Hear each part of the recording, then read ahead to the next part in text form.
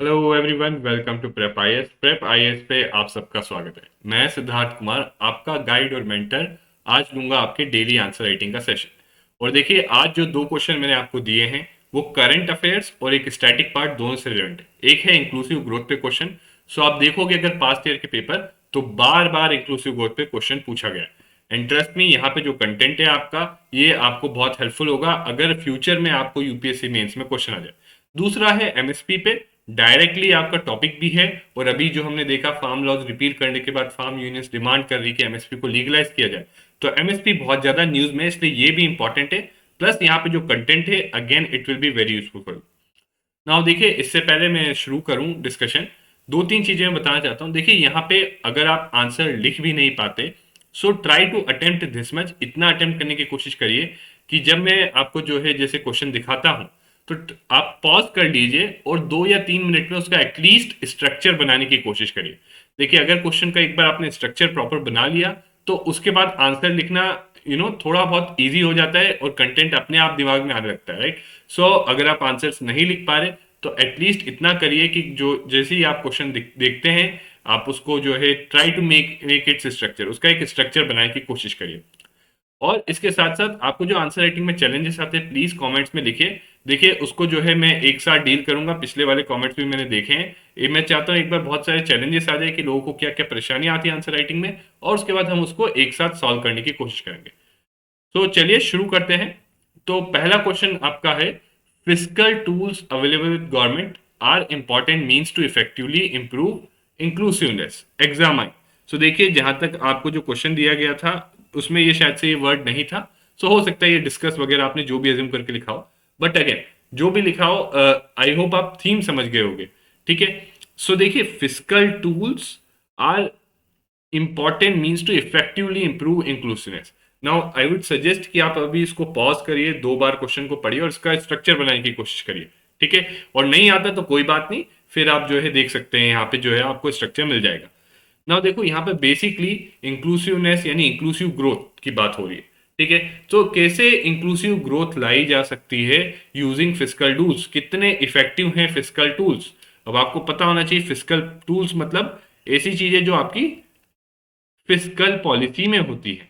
और fiscal policy में क्या होता है कि टैक्सेशन होता है, आपका सब्सिडीज होता है, राइट। तो क्या आप समझ सकते हो कि कैसे टैक्सेशन और सब्सिडीज जो है आपका, और क्या होता है expenditure, capital expenditure, revenue expenditure, right. So कैसे इन चीजों को यूज करके हम जो है ग्रोथ को इंक्लूसिव बना सकते हैं। ठीक है, ये देखना है हमें। सो 10 मार्क्स का है, 150 वर्ड्स का है। जहां आपका क्वेश्चन 150 वर्ड्स का है, वहां you have to be very direct and to the point. एकदम टू द पॉइंट चीजें लिखनी है। इधर उधर चीज लिखने की जो है आपके पास टाइम की लग्जरी नहीं होती। तो देखो, सिंपल स्ट्रक्चर है। नाउ इंट्रोडक्शन आपको बताना पड़ेगा फिजिकल टूल्स क्या हैं और इंक्लूसिव ग्रोथ के बारे में। फिर आप बताओगे कि कैसे फिजिकल टूल्स हेल्प करते हैं इंक्लूसिव ग्रोथ अचीव करने विथ एग्जांपल्स। ठीक है, विथ एग्जांपल्स। ओके, कोई भी चीज आप बताते हो, अगर आप एग्जांपल देते हो तो आप अपने पॉइंट को जो है सब्सटेंशिएट कर देते हो। फिर आप बताओगे कि ऐसा इफेक्टिवनेस आपको एग्जामाइन करनी है, राइट। आपको क्या करना है, एग्जामाइन करना है। तो कितने एक्सटेंट तक, राइट, इफेक्टिवनेस देखनी है। तो कितना ज्यादा इफेक्टिव है, अगर वो एग्जामाइन करना है तो आप बताओगे कि yes they are effective. But ऐसा नहीं है, कोई भी चीज 100% नहीं होती, उसकी कुछ ना कुछ लिमिटेशंस भी होती है।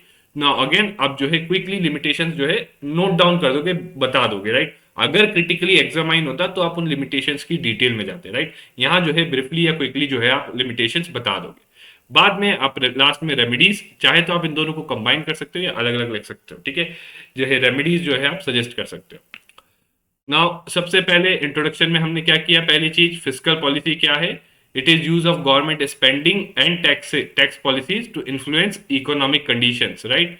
सो फिजिकल पॉलिसी एक ऐसी पॉलिसी है जिसमें हम गवर्नमेंट है अपनी स्पेंडिंग और टैक्स पॉलिसीज जो है डिटरमाइन करती है, जिससे इकोनॉमिक कंडीशंस को इन्फ्लुएंस किया जा सके, राइट। और what could be those economic conditions, those economic conditions could be aggregate demand, it could be employment. So कि कंट्री जो है आपकी जो है एम्प्लॉयमेंट बढ़ाना है तो उसके लिए गवर्नमेंट स्पेंडिंग बढ़ानी होगी, राइट। इन्फ्लेशन घटाना है तो टैक्स घटा सकते हैं। इकोनॉमिक ग्रोथ बढ़ाना है तो गवर्नमेंट स्पेंडिंग बढ़ाओ, टैक्स घटाओ। ठीक है, सो this is what is physical policy. दूसरी चीज हो गई इंक्लूसिव ग्रोथ। सो अगेन ये भी समझ लो कंटेंट है, राइट, आपको अभी नहीं तो बाद में यूजफुल होगा ही, बिकॉज इंक्लूसिव ग्रोथ पे रिपीटेडली क्वेश्चन आते हैं। सो इंक्लूसिव ग्रोथ मतलब ऐसी economic growth which creates one thing opportunity for all. तो ऐसी इकोनॉमिक ग्रोथ जो सबके लिए अपॉर्चुनिटी क्रिएट करती है, मतलब ऐसी इकोनॉमिक ग्रोथ जिसमें सबको पार्टिसिपेट करने का मौका मिले, हर कोई जो है उसमें जो है उनके लिए जॉब्स क्रिएट हो, ये सब क्रिएट हो, ठीक है। दूसरी चीज जो बेनिफिट होते हैं, distributes the dividends of increase property, यानी जैसे इकोनॉमिक ग्रोथ बढ़ रही है मतलब प्रॉस्पेरिटी आ रही है, तो जो बेनिफिट्स है प्रॉस्पेरिटी के, चाहे दोनों मॉनेटरी और नॉन मॉनेटरी, वो सबको जो है सोसाइटी में बराबरी से मिले, राइट। सो दो चीजें हैं कि सबको, सबके लिए अपॉर्चुनिटी क्रिएट हो, और फिर इकोनॉमिक ग्रोथ के जो बेनिफिट्स हैं वो सब पूरी सोसाइटी में मॉनेटरी और नॉन मॉनेटरी बेनिफिट्स दोनों बराबरी से डिस्ट्रीब्यूट। सो ये बेसिक एक आइडिया आपको समझाने के लिए मैंने इतना एक्स्ट्रा बताया। आंसर लिखते वक्त इसको बड़ी ब्रीफ में लिखेंगे। नाउ कैसे फिस्कल पॉलिसी हेल्प करती है अचीव करने में inclusiveness? So it can help reduce inequality and aid the income of the poor system. और वो कैसे? जैसे टैक्सेशन की बात करें, सो टैक्सेशन आपका कैसे इनइक्वालिटी रिड्यूस करेगा? अगर वो प्रोग्रेसिव है। सो प्रोग्रेसिव टैक्सेशन मतलब जो ज्यादा अमीर है, who is more rich, he has to pay more tax, right. So progressive taxation बनाने के लिए हमें क्या करना होगा? वी हैव टू इंश्योर कि डायरेक्ट टैक्स से हमारा रेवेन्यू ज्यादा से ज्यादा है, राइट। सो अगर हमारा रेवेन्यू डायरेक्ट टैक्स से ज्यादा आ रहा है, that means our taxation is progressive. अगर इनडायरेक्ट टैक्स से ज्यादा आ रहा है, so our taxation is not so progressive. क्यों क्यों बोल रहे हैं? क्योंकि देखो डायरेक्ट टैक्स ऐसा होता है जिसमें जितनी ज्यादा इनकम बढ़ती जा रही है उसको उतना ज्यादा टैक्स देना है। बट इनडायरेक्ट टैक्स ऐसा होता है, चाहे गरीब हो या अमीर हो, वो कोई गुड खरीद रहा है, उस पर जीएसटी जितना है 12% है, तो अमीर के लिए भी 12% है, गरीब के लिए 12% है। बट डायरेक्ट टैक्स में इनकम टैक्स है, अमीर के लिए 30% होता है, कोई जो है कम कमा रहा है उसके लिए 10% होता है, ठीक है। या किस जो गरीब है उसके लिए टैक्स होता नहीं। सो आप समझ रहे हो प्रोग्रेसिव कैसे इनइक्वालिटी रिड्यूस करता है।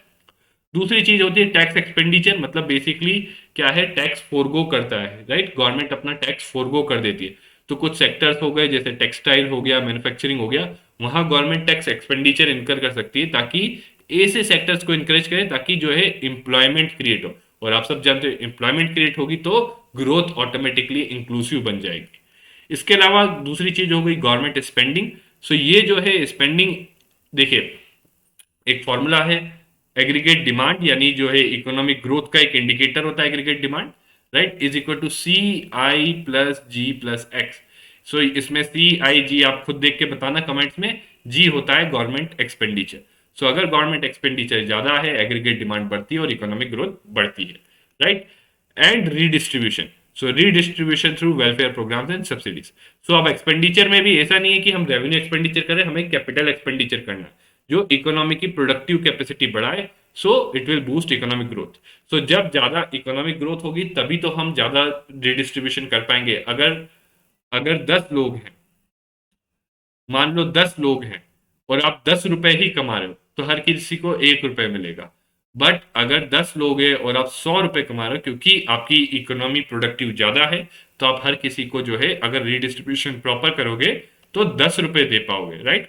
सो कई बार हम इंक्लूसिव ग्रोथ की बात करते हैं तो हम रीडिस्ट्रीब्यूशन पे फोकस करते हैं, बट जो है ग्रोथ के बारे में भूल जाते। तो economic growth is equally important, ज्यादा ग्रोथ होना इज इंपॉर्टेंट। इसके अलावा एक्सपांशनरी फिस्कल पॉलिसी भी एग्रीगेट डिमांड को, इकोनॉमिक ग्रोथ को बूस्ट करती है। बाकी ट्रांसफर पेमेंट एंड सब्सिडीज जो वेलफेयर, पुअर के लिए वेलफेयर के लिए होती है, again that helps in making achieve inclusiveness. इसके साथ साथ आप जो है वेलफेयर प्रोग्राम्स भी लिख दो, वेलफेयर प्रोग्राम्स जैसे एग्जांपल दो एमजी नरेगा, ठीक है। सो इस टाइप से जो है आप बता दोगे कि कैसे फिस्कल पॉलिसी हेल्प करती है अचीव करने। बट लिमिटेशन भी है, हाई फिस्कल डेफिसिट और फिस्कल कंसोलिडेशन। क्यों? जैसे इंडिया में गवर्नमेंट को एफआरबीएम एक्ट के अंदर गवर्नमेंट के ऊपर लिमिट है कितना खर्चा कर सकती है, और गवर्नमेंट का फिस्कल डेफिसिट बहुत ज्यादा हाई है। क्यों? बिकॉज ऑफ सब्सिडीज, गवर्नमेंट को सब्सिडीज बहुत ज्यादा दे रही है, इसलिए बहुत ज्यादा है फिस्कल डेफिसिट। इसके अलावा इनइफिशिएंट एंड अनप्रोडक्टिव एक्सपेंडिचर कहीं करती है गवर्नमेंट, सो उसको वो भी जो है एक लिमिटेशन है, क्योंकि जब ज्यादा पैसा आ जा खर्च करना होता है तो कई बार एक्सपेंडिचर इतना एफिशिएंट नहीं होता गवर्नमेंट का, ठीक है। करप्शन होती है, कई बार जो काम जो है 10 रुपए में होना होता है वो 100 रुपए में होता है, राइट। सो ये गवर्नमेंट की प्रॉब्लम है कि गवर्नमेंट एक्सपेंडिचर करती है तब ये प्रॉब्लम्स आती है। फिजिकल पॉपुलिज्म, सो अगेन ये एक चीज है, कई बार इलेक्शन आते हैं तो आप देखते हो गवर्नमेंट ऐसी स्कीम्स अनाउंस करती है जो शॉर्ट टर्म ऑब्जेक्टिव्स के लिए होती है, ठीक है, at the cost of long term objectives, ठीक है। तो अभी का सोच के वो कुछ ऐसी स्कीम अनाउंस कर देंगे जिसमें गवर्नमेंट का बहुत सारा पैसा चले जाएगा, बाद में आगे जाके गवर्नमेंट के पास पैसा ही नहीं होगा दूसरे वेलफेयर प्रोग्राम्स के लिए जो जेन्युइनली बेनिफिट करे, ठीक है। बाकी टैक्सेशन में भी कई लूप होल्स हैं which reduces the resource for spending. तो हम सब जानते हैं टैक्सेशन लूप होल्स होते हैं, जो है कंपनीज टैक्स अवॉइड करती है तो गवर्नमेंट के पास रिसोर्सेस ही नहीं होती है, राइट। जब रिसोर्सेस नहीं होगी तो स्पेंड क्या करेगा, रिडिस्ट्रीब्यूट क्या करेगी, ठीक है। सो ये तो फिस्कल फिस्कल पॉलिसी के चैलेंजेस हो गए। सो चैलेंजेस पे ही नहीं, आप बताओ टैक्सेशन साइड पे टैक्स बेस वाइड किया जाए, टैक्स लूप होल्स बंद किया जाए, fairly taxing rent from natural resources से जो रेंट्स आते हैं, जो बेनिफिट्स आते हैं, उसको फेयरली टैक्स किया जाए, एंड प्रोग्रेसिव टैक्स होना चाहिए इनकम, वेल्थ और प्रॉपर्टी पे। सो प्रॉपर्टी पे आज की डेट में भी इंडिया में प्रोग्रेसिव टैक्स नहीं है, ठीक है। एक्सपेंडिचर साइड पे जो सोशल स्कीम्स है उसको बेटर टारगेट किया जाए और सब्सिडीज को रैशनलाइज किया जाए, ठीक है। कंक्लूजन आप ओवरऑल बोल सकते हो कि गवर्नमेंट का एक्सपेंडिचर जो है उसको रीस्ट्रक्चर और ट्रांसफॉर्म करना चाहिए ताकि वो जो है पॉवर्टी को रिड्यूस करने में हेल्प करेगा, स्ट्रक्चरल इनइक्वालिटी को रिड्यूस करने में हेल्प करेगा, और it will also help in environmentally sustainable growth. Now एक चीज याद रखिए, जो है इंक्लूसिव ग्रोथ का पार्ट एक इन्वायरमेंट सस्टेनेबिलिटी भी इंक्लूसिव ग्रोथ का एक पार्ट होती है, ठीक है। तो कभी इसको भूलना नहीं, ठीक है। नेक्स्ट क्वेश्चन हमारा है एमएसपी पे। Now this one is again, दोनों question I would say very very important है आपके एग्जाम परस्पेक्टिव से। You could expect high probability है या तो क्वेश्चन आ जाएगा या इनडायरेक्टली उसका कंटेंट आपके उसमें यूज होगा। और एमएसपी तो अभी न्यूज में भी है और वैसे भी स्टैंडर्ड भी देखा जाए तो डायरेक्ट टॉपिक है, इश्यूज रिलेटेड टू एमएसपी, ठीक है। सो दोनों स्टैटिक पार्ट के पर्सपेक्टिव से देखो या करंट पर्सपेक्टिव से, एमएसपी बहुत इंपॉर्टेंट। आपसे सिंपली पूछा है, you have to examine the effectiveness of MSP in achieving its intended objectives, कि कितनी इफेक्टिव है एमएसपी, बट सिंपली नहीं, you have to critically examine. So आपको ये भी बताना है कि क्या इश्यूज हैं और ये भी बताना है कि क्यों, why, what issues and why, थोड़ा डिटेल में जाना होता है, ठीक है। सो स्ट्रक्चर काफी सिंपल रहेगा इसका। इंट्रोडक्शन, आप एमएसपी पॉलिसी के बारे में बताओगे, रैशनल बताओगे एमएसपी पॉलिसी का कि क्यों एमएसपी पॉलिसी लाए या जो ऑब्जेक्टिव्स की बात कर रहे हैं, फिर इश्यूज के बारे में बताओगे, और लास्ट में आप वे हेड जो है सजेशन दोगे कि क्या किया जा सकता है टू इम्प्रूव, ठीक है। नाउ इंट्रोडक्शन में ये पूरा एमएसपी पॉलिसी के लिए इंट्रोडक्शन है। एंड देखो, ये आप इंट्रोडक्शन ले सकते हो यहाँ से, अपना अगर कोई नोट बनाते हो वहां पे डाल लो, it will be useful, prelims के लिए भी आपको यूजफुल हो सकता है, right. So these are basically are announced by the government of India at beginning of sowing season on the basis of CACP, ठीक है। सो ये एमएसपी एक मिनिमम सपोर्ट प्राइस होता है, जो अगर उससे नीचे अगर प्राइस जाएगा तो गवर्नमेंट इस पे प्रोक्योर करती है, ठीक है। सो ये मिनिमम प्राइस है जिसपे गवर्नमेंट जो है फार्मर्स का जो है प्रोड्यूस प्रोक्योर करती है, और करेंटली सीएसीपी रिकमेंड करता है इसको 23 क्रॉप्स के लिए, ठीक है। कौन कौन सी क्रॉप्स है ये थोड़ी आपके लिए एडिशनल इंफॉर्मेशन है, this is additional info for prelims, prelims के लिए एडिशनल इंफॉर्मेशन, ठीक है। नाउ देखो, क्यों एमएसपी पॉलिसी, व्हाई, ये आपका क्रिटिकली एग्जामाइन का पार्ट होता है कि आप हर तरीके से उसको देखें, व्हाई, कि why MSP policy.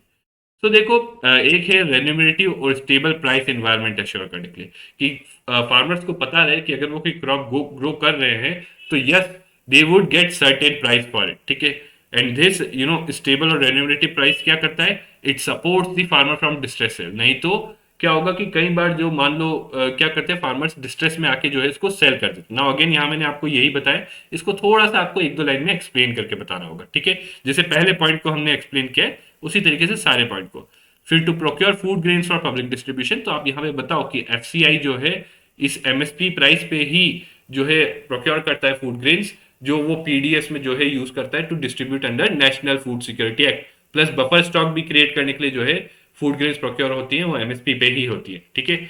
To incentivise production for food security and as per needs of country. Now कई बार हमने देखा है क्या होता है, जैसे पल्सेस है तो पल्सेस का शॉर्टेज हो जाता है तो पल्सेस का एमएसपी बढ़ा देते हैं, क्यों, पल्सेस का एमएसपी बढ़ा के जो फार्मर्स को एक इंडिकेशन देना है कि देखो आप पल्सेस ग्रो करो आपको एक प्राइस मिलेगा, ठीक है। सो दैट्स हाउ की फूड सिक्योरिटी के लिए और जो कंट्री की नीड्स है उसके अकॉर्डिंग प्रोडक्शन को शिफ्ट करने के लिए एमएसपी एक सिग्नल प्राइस है, एक सिग्नल देता है फार्मर्स को कि आप इस हिसाब से जो है प्राइस जो है क्रॉप्स ग्रो करो, राइट। सो गवर्नमेंट को अगर जैसे पल्सेस नहीं है तो गवर्नमेंट को अगर सिग्नल देना होगा फार्मर्स को कि वो पल्सेस ग्रो करे तो गवर्नमेंट जो है पल्सेस की एमएसपी बढ़ा देगा, ठीक है। Now it ensures adequate food supply for consumers. तो आज की डेट में जो आप देख रहे हो कि सफिशिएंट फूड सप्लाई है कंज्यूमर्स के लिए और जो इन्फ्लेशन कंट्रोल में रहता है, कहीं ना कहीं वो एमएसपी के कारण, क्योंकि बिकॉज ऑफ एमएसपी जो है फार्मर जो है ज्यादा क्वांटिटी में उसको प्रोड्यूस करते हैं, ठीक है। प्लस कल्टीवेटर्स को भी ये इंसेंटिवाइज करता है कि वो मॉडर्न टेक्नोलॉजी अडॉप्ट करें और अपनी प्रोडक्टिविटी और ओवरऑल ग्रीन प्रोडक्शन जो है इंक्रीज करें, right. So again in line with emerging demand. So जैसी डिमांड है कंट्री की, अगर कंट्री में पल्सेस की ज्यादा डिमांड हो तो पल्सेस की एमएसपी बढ़ा सकते हैं। किसी भी चीज का शॉर्टेज हो रहा है और उसकी डिमांड बढ़ानी है तो उसके लिए गवर्नमेंट एमएसपी बढ़ाएगी। तो फार्मर्स क्या करेंगे कि अब उसका हमें उसका प्रोडक्शन बढ़ाना है, तो they will try to adopt modern technology ताकि उनकी प्रोडक्टिविटी बढ़े और ज्यादा ग्रो करे और वो ज्यादा जो है गवर्नमेंट को बेचे। ना ये तो हो गया कि एमएसपी क्यों लाते हैं, राइट, कि वाई एमएसपी क्यों। बट क्या एमएसपी सही में ये सारी चीजें जो हमने बोला जिस कारण से हम एमएसपी लाए, राइट, जिस रीजन से हम एमएसपी लाए, क्या सही में MSP policy is it able to achieve it, right. So let's see. So issues देखोगे आप, तो आप देखोगे बहुत सारे इश्यूज हैं। There is limited procurement, mostly rich farmers को बेनिफिट करता है, राइट। ये Shanta Kumar committee on FCI reforms ने कहा। Now it is critically examine. तो जितने ज्यादा आप फैक्ट्स, एग्जाम्पल्स, डेटा, रिपोर्ट दे पाओ उतना अच्छा होता है एग्जामाइन में, ठीक है। ये प्रैक्टिकल टिप है, this is a practical tip to write answer, कि एग्जामाइन में जितना ज्यादा फैक्ट डेटा अपने हर एक पॉइंट के लिए दे पाओ उतना ज्यादा अच्छा, ठीक है। Now lack of procurement centres. Now again ये किसने, ये ऐसे रैंडमली नहीं कह रहा मैं, ये डीएमईओ एक यूनिट है, ठीक है, डेवलपमेंट मॉनिटरिंग एंड इवेल्युएशन, जो नीति आयोग का एक यूनिट है, उसने इवेल्युएशन किया था एमएसपी रेजिम का और उसने कहा कि one of the weakness was कि प्रोक्योरमेंट सेंटर जो है सफिशिएंट नहीं है। इसके अलावा एक और चीज हमने देखी गई कि there is bias in favour of surplus states, right. So 90% wheat is procured from 3 states, Punjab, Haryana और यूपी। सो 90% wheat तो 3 स्टेट यहीं से हो गया, तो बाकी स्टेट्स को तो एमएसपी का बेनिफिट ही नहीं मिल पा रहा है, right. So this is another. Now lack of awareness of MSP among farmers. तो ये भी एक इवेल्युएशन स्टडी थी डीएमईओ की, नीति आयोग की, राइट, ऑन एमएसपी। तो वहां से ये आउटकम निकला था, या और स्पेसिफिक डेटा देना है। सो अगेन ये एक एनएस नेशनल सैंपल सर्वे है, उसने एक सर्वे किया था, उसने जो है इस सर्वे में जो है ये फाइंड आउट किया था कि जो है एमएसपी की अवेयरनेस इतनी नहीं, ठीक है। और साथ में एक और चीज देखी गई कि कई बार जो है मिडिल मैन जो है ज्यादातर बेनिफिट ले जाते हैं।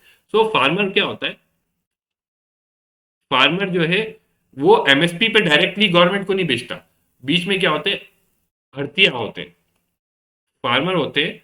तो फार्मर अपना प्रोड्यूस जो है अर्तिया को जो है सस्ते में बेच देते, क्योंकि क्यों, क्योंकि ये अवेयर ही नहीं है, या ये लोग जो है इनको एक्सप्लॉइट कर लेते हैं और ये अर्तिया ले जाके मंडी में, जो एपीएमसी मंडीज होती है, वहां आपका जो है एमएसपी में बेचते हैं ये।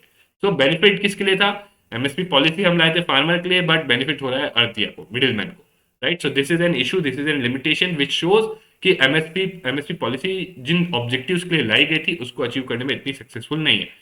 इसके अलावा लैक ऑफ स्टोरेज फैसिलिटीज, क्यों, सो ओपन एंडेड प्रोक्योरमेंट है, राइट। एमएसपी के अंदर जो प्रोक्योरमेंट होता है वो ओपन एंडेड, मतलब कोई ऐसा अपर लिमिट नहीं है कि गवर्नमेंट की, कि मैं गवर्नमेंट इतना ही प्रोक्योर करेगी। सो ओपन एंडेड प्रोक्योरमेंट होता है एमएसपी में। सो इसीलिए एक्सेस गवर्नमेंट प्रोक्योर कर लेती है, बट उसको जो है स्टोर करने की फैसिलिटी नहीं है। और आप सब जानते हो, कहीं आपने देखा भी होगा, पढ़ा भी होगा न्यूज में, कि कई जगह जो है वीट जो है ओपन में रॉट कर रहा है, ठीक है। Next is distorts cropping pattern. So देखा गया है कि एमएसपी जो है क्रॉपिंग पैटर्न को डिस्टॉर्ट कर दे, क्यों, क्योंकि मेनली जो एमएसपी पॉलिसी जो है most effectively it has been implemented for wheat and rice. So क्या देखा गया कि पंजाब, अब देखो राइस एक ऐसी क्रॉप है जो वाटर इंटेंसिव, जिसमें बहुत ज्यादा पानी लगता है, बट पंजाब फर्स्ट या सेकंड हाईएस्ट नंबर पे है राइस ग्रो करने में, राइट। तो एक ऐसा स्टेट पंजाब जहां पे वाटर की स्कार्सिटी है, वो वाटर इंटेंसिव क्रॉप ग्रो कर रहा है, इसीलिए रिपोर्ट्स आई है कि पंजाब में जो है ग्राउंड वाटर डिक्लाइन हो रहा है और एक्सेसिव यूज ऑफ फर्टिलाइजर की प्रॉब्लम हो रही है। प्लस ऐसा नहीं है कि बस इन्वायरमेंटल प्रॉब्लम होती है, फार्मर को भी परेशानी है कि उसको जो है ऐसी क्रॉप ग्रो करने के लिए उसको और ज्यादा कॉस्ट लगती है, इरिगेशन के लिए उसको ज्यादा पैसा लगेगा, उसको पंप्स चलाने पड़ते हैं, इलेक्ट्रिसिटी ज्यादा जाती है, राइट। सो ये सब जो है एक और ड्रॉबैक है एमएसपी का, या इशू है एमएसपी के साथ। And lastly physical burden, government का ऑब्वियसली ओपन एंडेड प्रोक्योरमेंट है और कॉस्ट ऑफ प्रोक्योरमेंट भी बहुत ज्यादा है। तो सारा जो प्रोक्योरमेंट क्या है, सेंट्रलाइज्ड है एमएसपी का। तो बड़ी बड़ी जो जो है एफसीआई है, उसको जो है पूरा जो प्रोक्योरमेंट कॉस्ट बहुत हाई जाता है उसको, क्योंकि एक जगह से दूसरी जगह उठा के ग्रेन ले जाना पड़ता है, ट्रांसपोर्टेशन कॉस्ट, स्टोरेज कॉस्ट बहुत ज्यादा हो जाता है, राइट। और ये सब कॉस्ट एफसीआई को कौन देगा? Government of India. तो गवर्नमेंट ऑफ इंडिया के ऊपर बहुत ज्यादा सब्सिडी बर्डन जाता है और वो गवर्नमेंट के लिए एक फिस्कल बर्डन बन जाता है, ठीक है। ये इश्यूज हो गए, बट इश्यूज पे रुकते नहीं है। क्या कर सकते हैं? या तो एमएसपी के अल्टरनेटिव्स उठाओ या एमएसपी को रिफॉर्म कर दो। तो अल्टरनेटिव्स में भवंतर भुगतान योजना है कि एक प्राइस डिफिशियंसी पेमेंट सिस्टम है, यानी देखो मार्केट प्राइस आपका ये है और एमएसपी मान लो किसी क्रॉप का एमएसपी आपका 100 रुपीज है और मार्केट प्राइस उसका 90 रुपीज है, तो क्या हो गया? 10 रुपीज की प्राइस डिफिशियंसी। ये प्राइस डिफिशियंसी जो है डायरेक्टली जो क्या करेगी, गवर्नमेंट फार्मर के अकाउंट में 10 रुपीज देगी रादर देन 100 रुपीज पे ग्रेन प्रोक्योर करेगी।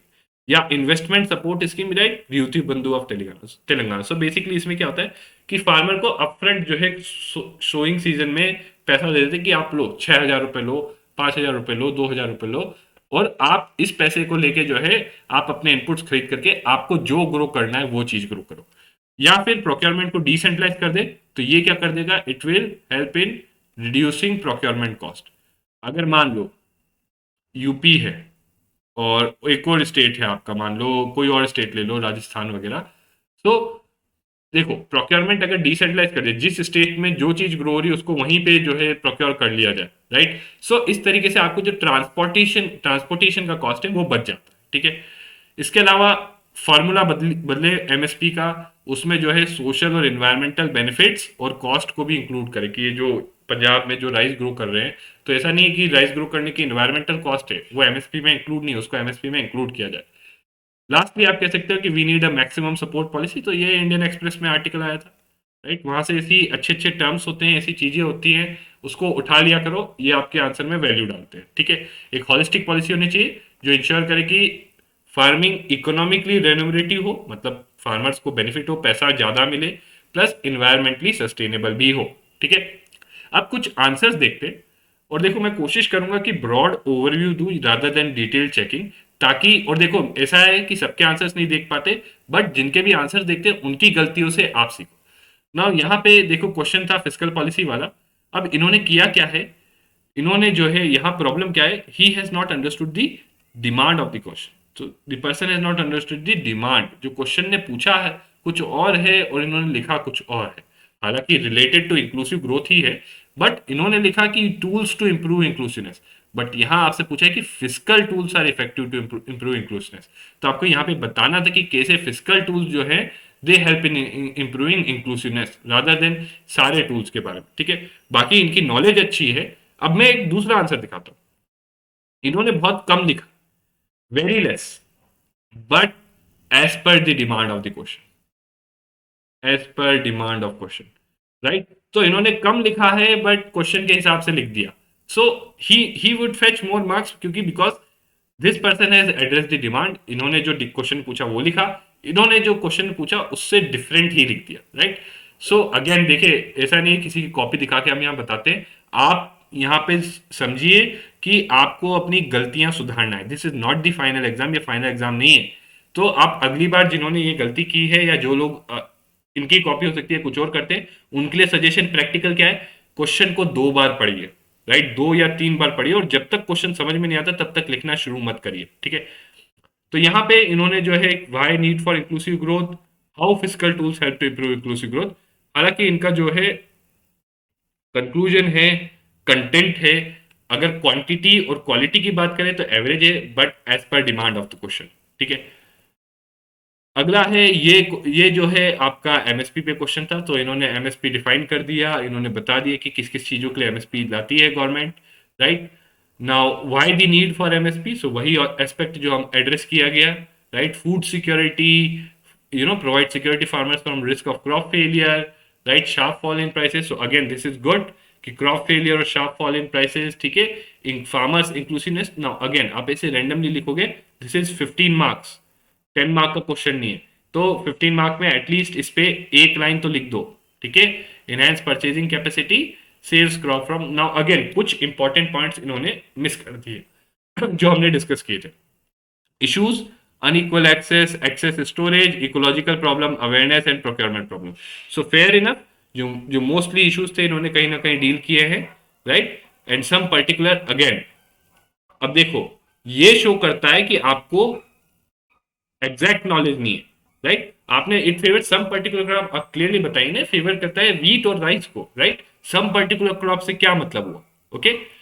एंड लास्टली इनका जो कंक्लूजन है वो भी बड़ा ही बेसिक है, बहुत ही बेसिक है, राइट। तो इसमें आपको एवरेज मार्क्स मिलेंगे, बट अगर अच्छा करना है, आपने एक चीज अच्छी कि आपने डिमांड ऑफ क्वेश्चन के अकॉर्डिंग लिखा है, बट आपने बहुत एवरेज मतलब जो है कंटेंट थोड़ा एवरेज है, थोड़ा इसको इंप्रूव करने की कोशिश करिए। यहाँ पे आपने प्रॉब्लम्स लिखे, यहाँ पे बताइए कि ये एफसीआई की कमेटी ने कहा, ये नीति आयोग ने कहा, ये एनएसएस सर्वे में आया, क्योंकि ये एग्जाम आई ने आपको यहाँ facts, data, examples, reports, committees देना होगा, ठीक है। सो ओवरऑल ये था आज के सेशन के बारे में, एंड आई होप यहाँ पे मैं आपको कोशिश कर रहा हूँ प्रैक्टिकल इनपुट्स देने की। इसके बाद भी कोई प्रॉब्लम इशू आता है, प्लीज कमेंट्स में बताइए, we will try to resolve it. Thank you very much and see you again next time.